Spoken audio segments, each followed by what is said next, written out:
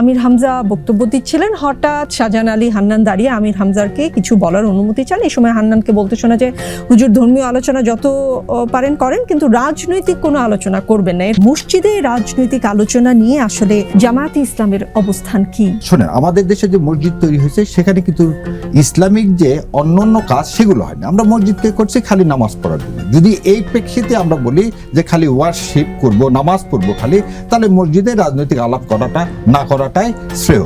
কিন্তু আমাদের একটা দ্বিচারিতা আছে। ইলেকশনের আগে আপনি কি করতেছেন? মাজার হেজাব দিচ্ছেন। ইলেকশনের আগে আপনি কি করতেছেন? শাহজালালের মাজার জিয়ারত করে অথবা বাইজিদ বোস্তামীর মাজার জিয়ারত করে আপনি কি রাস্তায় নামতেছেন, আপনি হাতে তসবিহ নিয়ে আছেন, কেউ ওমরাতে যে তারপরে এসে রাজনীতি। সো এটা দ্বিচারিতা।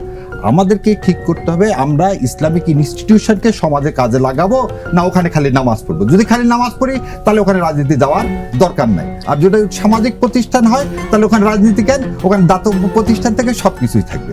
মসজিদে যে আপনি বলতেছেন রাজনীতি, এখন যদি বলেন নবী করিম সাল্লাল্লাহু আলাইহি ওয়াসাল্লাম যেভাবে স্টেট কায়েম করছে সেই বক্তব্য যদি দিই, খুতবাতে আপনাকে কি বলছে? সমসাময়িক বিষয়ে আপনাকে প্রতি সপ্তাহে কি দিতে হবে? খুতবা দিতে হবে।